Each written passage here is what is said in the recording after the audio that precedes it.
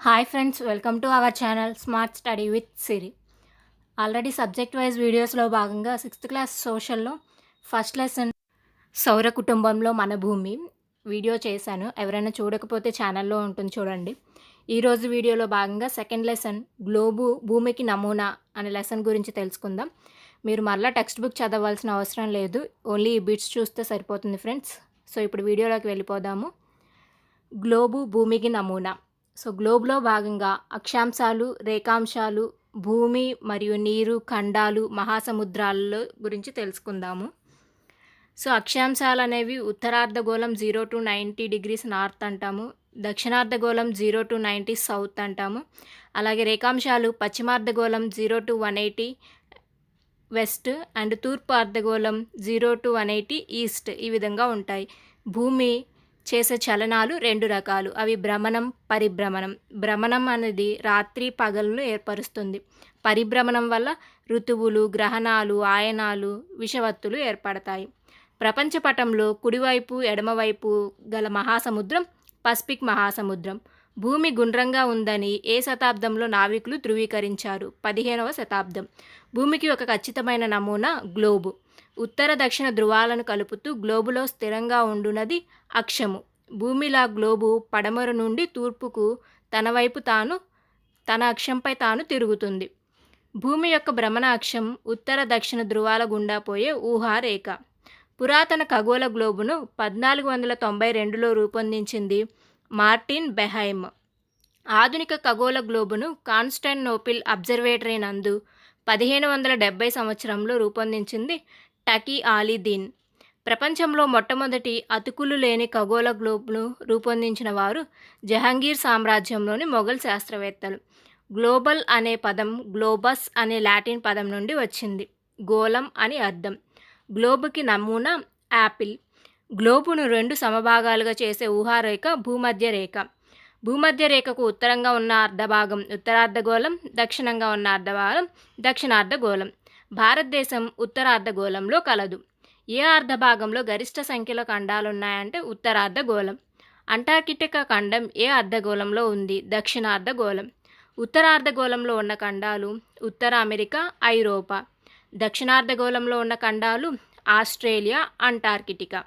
ఉత్తర దక్షిణార్ధగోళాలలో గల ఖండాలు దక్షిణ America, Africa, Asia. ఉత్తరార్ధగోళంలో ఉన్న మహాసముద్రాలు ఆర్కిటిక్. దక్షిణార్ధగోళంలో ఉన్న మహాసముద్రాలు దక్షిణ లేదా అంటార్కిటిక్. ఉత్తర దక్షిణార్ధగోళాల్లో విస్తరించిన మహాసముద్రాలు పసిఫిక్, అట్లాంటిక్, హిందూ మహాసముద్రం. భూమధ్య రేఖకు సమాంతరంగా గల రేఖలు అక్షాంశాలు. అక్షాంశాలు భూమధ్య రేఖకు ఉత్తరంగా 0 డిగ్రీల నుండి 90 డిగ్రీల వరకు, దక్షిణంగా 0 డిగ్రీల నుండి 90 డిగ్రీల వరకు విస్తరించి ఉంటాయి. భూమధ్య రేఖకు ఉత్తరంగా 90 డిగ్రీల అక్షాంశాలు, దక్షిణంగా 90 డిగ్రీల అక్షాంశాలు ఉన్నాయి. ధృవాలు తప్ప అన్ని అక్షాంశాలు వృత్తాలు. ఉత్తరార్ధగోళంలోని ముఖ్యమైన అక్షాంశాలు ఉత్తర ధ్రువం, ఆర్కిటిక్ వలయం, కర్కట రేఖ. అలాగే దక్షిణార్ధగోళంలో దక్షిణ ధ్రువం, మకర రేఖ, అంటార్కిటిక్ వలయం. భూమికి మధ్యలో 0 డిగ్రీ అక్షాంశం భూమధ్య రేఖ. దీనికి ఎగువన 23.5 డిగ్రీల ఉత్తర అక్షాంశం కర్కట రేఖ. అలాగే 66.5 డిగ్రీల ఉత్తర అక్షాంశం ఆర్కిటిక్ వలయం. 90 డిగ్రీల ఉత్తర అక్షాంశం ఉత్తర ధ్రువం. 23.5 డిగ్రీల దక్షిణ అక్షాంశం మకర రేఖ. అలాగే 66.5 డిగ్రీల దక్షిణ అక్షాంశం అంటార్కిటిక్ వలయం. 90 డిగ్రీల దక్షిణ అక్షాంశం దక్షిణ ధ్రువం. ఈ ఫిగర్ చూస్తే మీకు మొత్తం ఒక ఐడియా, మెయిన్ అక్షాంశాలన్నీ ఒక ఐడియా వస్తుంది. సో ఇప్పుడు భూమధ్య రేఖకు సమాంతరంగా గల ఊహారేఖలు అక్షాంశాలు. అక్షాంశం అను పదం లాటిట్యూడ్ అనే లాటిన్ పదానికి చెందినది. దీని అర్థం వెడల్పు, మందం, పరిధి, పరిమాణం. అక్షాంశాలు ధృవాల వైపుకు వెళ్ళే కొలది చిన్నవిగా ఉంటాయి. అతిపెద్ద అక్షాంశం ఏది అంటే భూమధ్య రేఖ. అక్షాంశాలకు లంబంగా ఉత్తర దక్షిణ ధృవాలను అనుసంధానించే రేఖలు రేఖాంశాలు. రేఖాంశాలను మధ్యాహ్న రేఖలు అంటారు. 0 డిగ్రీ రేఖాంశాన్ని ముఖ్య రేఖాంశం లేదా ప్రామాణిక రేఖాంశం, గ్రీనిచ్ రేఖాంశంగా పిలుస్తారు. 0 డిగ్రీ రేఖాంశానికి వ్యతిరేక దిశలో గల రేఖాంశం 180 డిగ్రీ రేఖాంశం. అంతర్జాతీయ దినరేఖ 180 డిగ్రీ రేఖాంశం. ఏ రేఖల ఆధారంగా భూమిని 2 అర్ధభాగాలుగా విభజించారు? 0 రేఖాంశం 180 రేఖాంశం. గ్రీనిచ్ రేఖాంశానికి తూర్పున ఉన్న అర్ధగోళం తూర్పు అర్ధగోళం, పశ్చిమాన ఉన్న అర్ధగోళం పశ్చిమార్ధగోళం. ఉత్తర దక్షిణ ధృవాలను కలిపే అర్ధవృత్తాలు రేఖాంశాలు. లాంగిట్యూడ్ అనే పదం లాంగిట్యూడే అనే లాటిన్ పదానికి సంబంధించింది. నిడివి, వ్యవధి, పొడవు అనే అర్థం కలదు. గ్రీనిచ్ రేఖాంశం నుండి అంతర్జాతీయ దినరేఖ వరకు తూర్పుకు ఉండే రేఖాంశాలు తూర్పుకు రేఖాంశాలు, అలాగే పశ్చిమంగా ఉండే రేఖాంశాలు పశ్చిమ రేఖాంశాలు.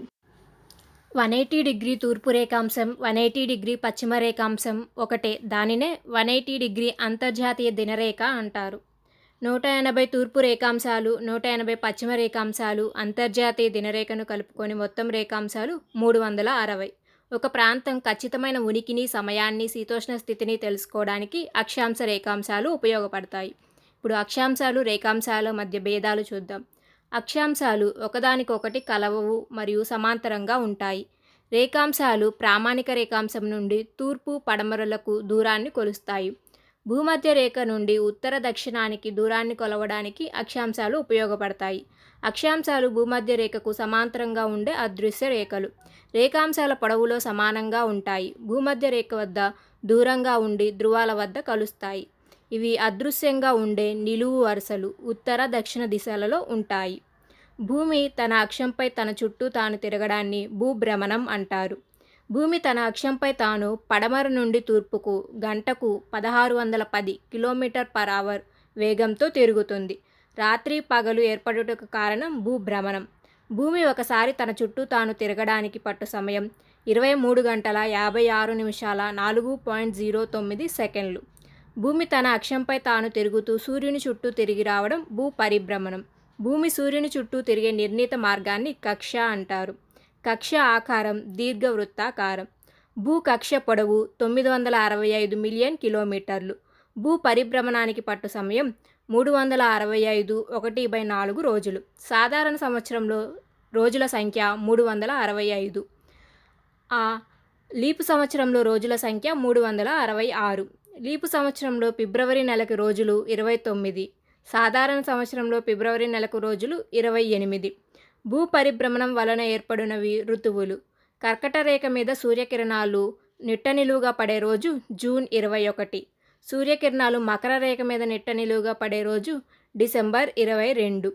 జూన్ 21 పగటి కాలం అత్యధికంగాను, రాత్రి నిడివి తక్కువగాను ఉంటుంది. సూర్యుని చుట్టూ భూమి తిరిగే క్రమంలో వివిధ రోజుల్లో వివిధ రేఖల మీద సూర్యకిరణాలు నిట్టనిలువుగా పడడం జరుగుతుంది.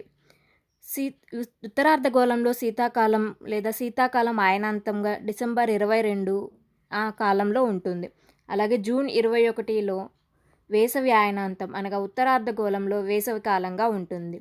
మార్చి 21 సెప్టెంబర్ 23లో ఇక్కడ విషువత్తులు ఏర్పడతాయి. అనగా ఇక్కడ పగటి కాలం మరియు రాత్రి సమయం ఒకే విధంగా ఉంటుంది. ఈ విధంగా సూర్యుడు చుట్టూ భూమి తిరిగే క్రమంలో వివిధ కాలాలు ఏర్పడడం జరుగుతుంది. సూర్యకిరణాలు భూమధ్య రేఖపై నిట్టనిలువుగా పడే రోజు మార్చి 21 సెప్టెంబర్ 23.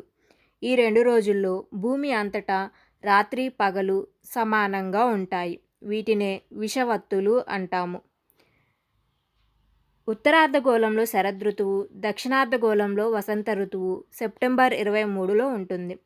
ఉత్తరార్ధగోళంలో వసంత ఋతువు, దక్షిణార్ధగోళంలో శరదృతువు మార్చి 21.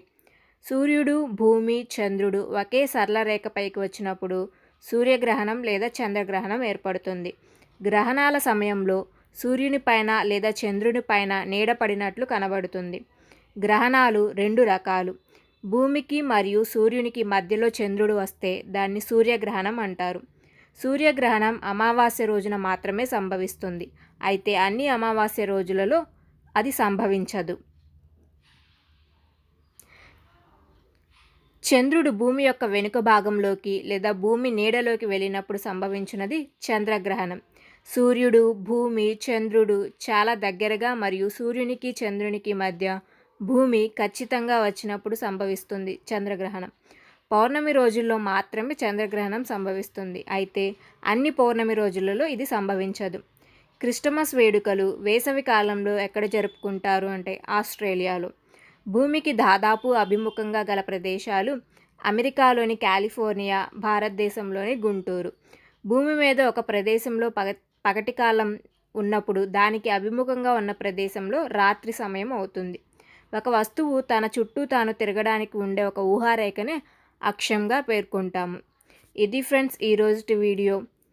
నెక్స్ట్ వీడియో కోసం ఈ ఛానల్ని సబ్స్క్రైబ్ చేసుకోండి. అండ్ మీకు ఈ వీడియో ఎలా అనిపించిందో కామెంట్ చేయండి. Thank you friends for watching my videos.